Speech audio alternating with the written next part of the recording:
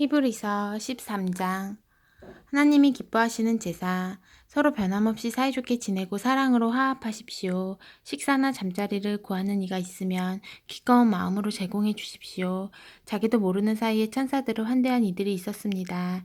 감옥에 갇힌 이들을 대할 때는 여러분이 그들과 함께 감옥에 갇히기라도 한 것처럼 대하십시오. 학대를 당한 이들을 보거든 그들에게 일어난 일이 여러분에게도 일어난 것처럼 대하십시오. 결혼을 소중히 여기고 아내와 남편 사이에 이루어지는 성적 친밀감을 거룩하게 지키십시오. 하나님은 일회성 섹스와 부정한 섹스를 금하십니다. 물질적인 것을 더 많이 얻으려는데 사로잡히지 마십시오. 지금 가지고 있는 것으로 만족하십시오.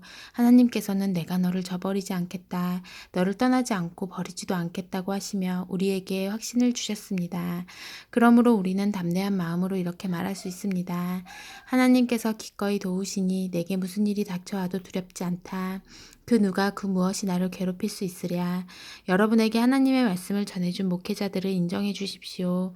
그들의 사는 모습을 눈여겨보고 그들의 신실함과 진실함을 본받으십시오. 우리 모두는 언제나 한결같아야 합니다. 예수께서 변치 않는 분이시기 때문입니다. 어제나 오늘이나 내일이나 그분은 한결같으십니다. 그분에 관한 최신 이론에 이끌려 그분을 떠나는 일이 없게 하십시오. 그리스도의 은혜만이 우리의 삶을 떠받치는 유일하고 충분한 기초입니다. 그리스도의 이름을 붙인 온갖 상품은 별 도움이 되지 않습니다. 하나님께서 자기 자신을 선물로 내어주시는 재단이 안에서 횡령과 부정이득을 일삼는 자들에 의해 오용되어서는 안 됩니다. 옛 제도 아래에서는 짐승을 죽여 짐 밖에서 그 몸을 처리합니다. 그 후에 그 피를 안으로 가져와서 죄를 위한 제물로 제단에 바칩니다. 예수께서도 똑같이 일을 당하셨습니다. 예수께서도 똑같은 일을 당하셨습니다. 그분은 성문 밖에서 십자가에 못 박히셨습니다. 그분은 거기서 희생의 피를 쏟으셨고 그 흘리신 피가 하나님의 제단에 드려져 백성을 깨끗게 했습니다. 그러니 우리도 밖으로 나갑시다. 예수께서 계시는 그곳, 중요한 일이 벌어지는 그곳으로 나갑시다. 특권을 누리며 안에 안주하는 사람이 되려 하지 말고 예수께서 받으신 치욕을 우리도 짊어져야 하겠습니다. 안에서 안주하는 사람의 세상은 우리가 있을 곳이 아닙니다. 우리는 장차 다가올 도성을 간절히 찾고 있습니다. 우리는 예수와 함께 밖에 있어야 합니다. 더 이상 짐승의 피로 제사를 드릴 것이 아니라 예수의 이름으로 우리 입술에서 나오는 찬양의 제사를 하나님께 드립시다. 아무것도 당연하게 여기지 말고 공동의 유익을 위해 일할 때 게으르지 말며 여러분이 가진 것을 다른 이들과 나누십시오. 하나님께서는 이런 예배 행위를 특별히 기뻐하십니다.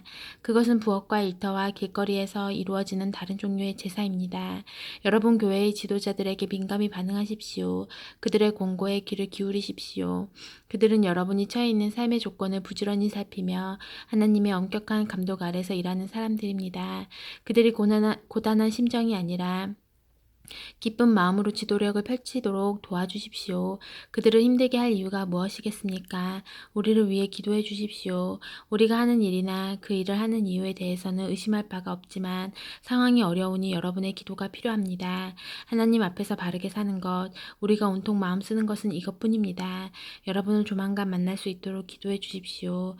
만물을 화해시키시고 온전하게 하시는 하나님, 예수의 희생, 곧 영원한 언약을 보증하는 피의 제사를 통해 영원한 업적을 이루신 하나님, 우리의 위대한 목자이신 예수를 죽은 자들 가운데서 일으켜 살리신 하나님께서 여러분을 화해시키시고 필요한 모든 것을 공급해 주셔서 그분의 기쁨이 되게 해주시기를, 메시아 예수의 희생을 통해 그분께 가장 큰 기쁨을 드리는 존재로 우리를 만들어 주시기를, 모든 영광이 예수께 영원하기를, 오 참으로 그러하기를. 친구 여러분, 부디 내가 최대한 고심하며 쓴 이 편지를 받아들이시기 바랍니다. 나는 가급적 간결하게 쓰려고 했습니다. 다른 많은 이야기는 적지 않았습니다. 디모데가 감옥에서 풀려난 것을 알게 되었으니 여러분도 기쁘겠지요. 곧 그가 오면 그와 함께 여러분을 직접 찾아뵙겠습니다. 여러분 교회의 지도자들과 모든 회중에게 안부를 전해 주십시오. 이곳 이탈리아에 있는 모든 이들이 여러분에게 안부를 전합니다. 여러분 모두에게 은혜가 함께하기를 바랍니다. 야고보서 1장. 하나님과 주 예수의 종인 나 야고보는 다가올 그 나라를 바라보며 이 땅에서 뿔뿔이 흩어져 살아가는 12지파에게 편지합니다. 평안하신지요. 시련을 견디는 믿음, 친구 여러분, 시험과 도전이 사방에서 여러분에게 닥쳐올 때 그것을 더할 나위 없는 선물로 여기십시오. 여러분도 알다시피 시련을 겪을수록 여러분의 믿음 생활은 훤히 그 실체가 드러날 것입니다.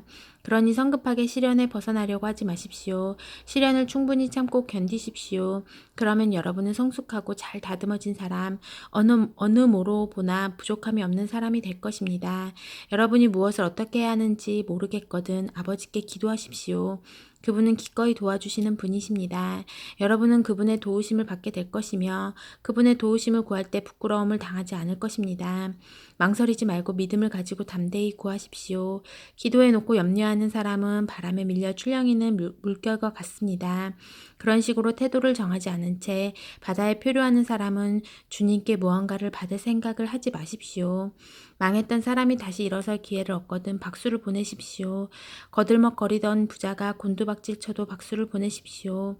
북이 영하는 들꽃처럼 덧없는 것이니 거기에 기대지 마십시오. 여러분은 해가 떠서 뜨거운 열을 뿜으면 꽃이 시든다는 것을 잘 알고 있습니다. 꽃잎은 시들고 그 아름답던 모습도 어느새 바짝 마른 꽃대로 변합니다. 부유한 삶의 모습이 그러합니다. 부유한 삶은 모든 사람이 바라보면서 감탄해야 하는 순간에 온데간데 없이 사라지고 맙니다. 시련을 정면으로 맞서서 견뎌내는 사람은 대단히 복된 사람입니다. 그렇게 성실하게 하나님을 사랑하는 사람은 생명의 상급을 받을 것입니다. 악에 빠질 위험에 처한 사람을 보거든 하나님이 나를 넘어뜨리려고 한다고 함부로 말하지 못하게 하십시오. 하나님께서는 악에 영향받는 분도 아니시며 누군가의 앞길에 악을 들이미는 분도 아니십니다. 유혹을 받아 악에 굴복하는 것은 전적으로 우리 자신입니다. 우리는 누구도 탓해서는 안 됩니다.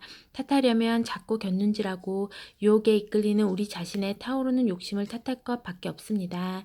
욕심이 잉태하면 죄를 낳습니다. 그리고 죄가 자라서 어른이 되면 진짜 살인자가 됩니다. 그러니 사랑하는 친구 여러분, 가던 길에서 벗어나지 마십시오. 모든 바람직하고 유익한 선물은 하늘로부터 옵니다. 빛의 아버지로부터 폭포처럼 하염없이 내려옵니다. 하나님께는 속임수나 겉과 속이 다르거나 변덕스러운 것이 전혀 없습니다. 그분께서는 참된 말씀으로 우리를 소생시키시고 우리를 모든 피조물의 머리로 삼아 돋보이게 하셨습니다. 들은 그대로 행하십시오. 사랑하는 친구 여러분, 사람들이 모이는 곳마다 이렇게 알리십시오. 귀를 앞세우고 혀가 뒤따르게 하고 분노는 한참 뒤처지게 하라고 말입니다. 사람이 화내는 것으로는 하나님의 의를 자라게 할 수 없습니다. 모든 악덕과 암과 같은 악을 쓰레기통에 던져버리십시오. 그저 마음을 겸손하게 하여 우리의 정원사이신 하나님께서 여러분을 말씀으로 조경하셔서 여러분의 삶을 구원의 정원으로 만드시게 하십시오. 말씀을 한 귀로 듣고 다른 귀로 흘려보내면서도 자신은 말씀을 듣는 사람이라고 스스로 속이는 일이 없게 하십시오. 들은 그대로 행하십시오. 듣고도 행하지 않는 사람은 거울을 흘끗 들여다보고 떠나가서는 금세 자기가 누구이며 어떻게 생겼는지 전혀 알지 못하는 사람과 같습니다. 그러나 계시된 하나님의 권고, 자유를 주는 삶을 흘끗이라도 살피고 거기서 떠나지 않는 사람은 마음과 머리가 산만하지 않으며 행동으로 옮기는 사람입니다. 그런 사람은 그 행함으로 기쁨과 확신을 얻게 될 것입니다. 그럴듯한 말로 경건한 척하는 사람은 자기를 속이는 자입니다. 그러한 경건은 자기 자랑이자 허풍일 뿐입니다. 하나님 아버지 앞에서 인정받은 참된 경건은 어려움을 겪는 집 없는 사람과 사랑받지 못하는 사람들을 보살피고 하나님을 모르는 세상에 오염되지 않도록 조심하는 것입니다. 2장 사랑이라는 고귀한 법. 사랑하는 친구 여러분, 그리스도께로부터 시작된 우리의 영광스러운 믿음 생활에 세상 사람들의 생각이 영향을 미치지 못하게 하십시오. 어떤 사람이 값비싼 정장 차림을 하고 여러분의 교회에 들어오고 뒤이어 누더기 옷 차림의 노숙자가 들어왔다고 가정해 봅시다. 여러분이 정장을 차려입은 사람에게는 선생님 여기 앉으십시오. 이 자리가 가장 좋은 자리입니다. 라고 말하면서 누더기를 걸친 노숙자에는 아예 노숙자는 아예 무시하거나 혹은 여기 뒷자리에 앉는 게 좋겠습니다 라고 말한다면 여러분은 하나님의 자녀들을 차별하고 남을 판단하는 신뢰할 수 없는 사람이 아니겠습니까? 사랑하는 친구 여러분, 귀 기울여 들으십시오. 하나님께서는 전혀 다르게 일하신다는 것이 이미 분명하게 드러나지 않았습니까? 그분께서는 세상의 가난한 사람들을 택하셔서 그 나라의 권리와 특권을 지닌 1등 시민이 되게 하셨습니다. 그 나라는 하나님을 사랑하는 사람 누구에게나 약속된 나라입니다. 그런데도 여러분은 여러분과 같은 시민들을 업신여겨 욕보이고 있습니다. 여러분을 착취하는 사람들은 지위가 높고 힘 있는 자들이 아닙니까? 법정을 이용해 여러분에게 터무니없는 돈을 청구하는 사람들도 그들이 아닙니까? 여러분이 세례 때 받은 그리스도인이라는 새 이름을 경멸하는 사람들도 바로 그들이 아닙니까? 여러분이 내 자신을 사랑하듯 다른 사람들을 사랑하라는 성경의 고귀한 법을 이행하면 그것은 잘하는 일입니다. 그러나 여러분이 이른바 유력 인사라고 하는 자들을 우대한다면 그것은 성경의 법을 어기는 것이고 여러분은 그 일로 말미암아 범법자가 됩니다. 여러분 하나님의 율법 가운데 이러저러한 조항만 선택할 수 없고 특별히 한두 가지는 지키고 다른 것들을 무시할 수는 없습니다. 간음하지 말라고 하신 하나님께서 또한 살인하지 말라고 하셨습니다. 여러분이 간음하지는 않았으나 살인을 저질렀다고 가정해 봅시다. 그러면 여러분은 나는 간음하지 않았으니 그것으로 나의 살인죄가 상쇄될 거야 라고 생각하시겠습니까? 그럴 수 없습니다. 여러분은 결국 살인범입니다. 여러분은 우리에게 자유를 주는 그 법에 따라 심판을 기다리는 사람처럼 말하고 행동하십시오. 여러분이 친절하게 행동하지 않으면 친절한 대우받기를 기대할 수 없을 것입니다. 친절한 자비는 언제나 무자비한 심판을 이깁니다. 행함이 있는 믿음. 사랑하는 친구 여러분, 여러분은 온갖 옳은 말씀을 배우기만 하고 아무것도 행하지 않으면서 잘 되기를 바랍니까? 어떤 사람이 믿음을 논하기만 하고 전혀 실천하지 않는다면 그 사람에게 믿음이 실제로 있는 것이겠습니까? 예를 들어 여러분의 옛 친구가 누더기를 걸친 채 굶주리고 있는데 그에게 다가가서 여보게 친구 그리스도를 입으시게 성령 충만하시게 라고 말하면서 외투 한 벌이나 밥 한 그릇 주지 않고 떠나간다면 무슨 소용이 있겠습니까? 하나님의 말만 앞세우고 하나님의 행함이 없다면 그것은 터무니없는 짓임이 분명하지 않습니까? 벌써 여러분 가운데 누군가가 좋습니다. 당신이 믿음을 맡으면 나는 행함을 맡겠습니다. 라고 말하는 소리가 들립니다. 성급하게 판단하지 마십시오. 내가 행함이 없는 믿음을 보여줄 수 없듯이 여러분도 믿음이 없는 행함을 보여줄 수 없습니다. 믿음과 행함, 행함과 믿음은 떼야 뗄 수 없는 관계입니다. 여러분은 한 분이신 하나님을 믿는다고 공언하면서 마치 그것으로 대단한 일을 했다는 듯이 뒷짐을 진 채 만족해 하더군요. 참 대단하십니다. 마귀들도 그렇게 합니다만 그것이 무슨 소용이 있겠습니까? 생각을 좀 해보십시오. 여러분은 믿음과 행함을 갈라놓고도 그것을 계속 죽지 않게 할 수 있다고 생각하는 것입니까? 우리 조상 아브라함이 자기 아들 이삭을 번제단에 바칠 때 행함으로 하나님과 바른 관계를 맺은 것이 아닙니까? 믿음과 행함은 함께 멍에를 맨 동반자임이 분명하지 않습니까? 믿음은 행함으로 나타나는 것이 아닙니까? 행함이 믿음의 행위라는 것은 다 아는 사실이 아닙니까? 성경은 아브라함이 하나님을 믿어 하나님과 바른 관계를 맺었다고 했는데 여기서 믿는다는 말의 온전한 의미는 그 행위까지 담고 있습니다. 아브라함이 하나님의 벗이라는 이름을 얻게 된 것은 그가 믿음과 행위를 하나로 조화시켰기 때문이 아닙니까? 사람이 하나님과 바른 관계를 맺는 것은 열매 맺지 못하는 믿음으로 되는 것이 아니라 행함으로 열매를 맺는 믿음으로 되는 것이 분명하지 않습니까? 여리고의 창녀 라합의 경우가 그러했습니다.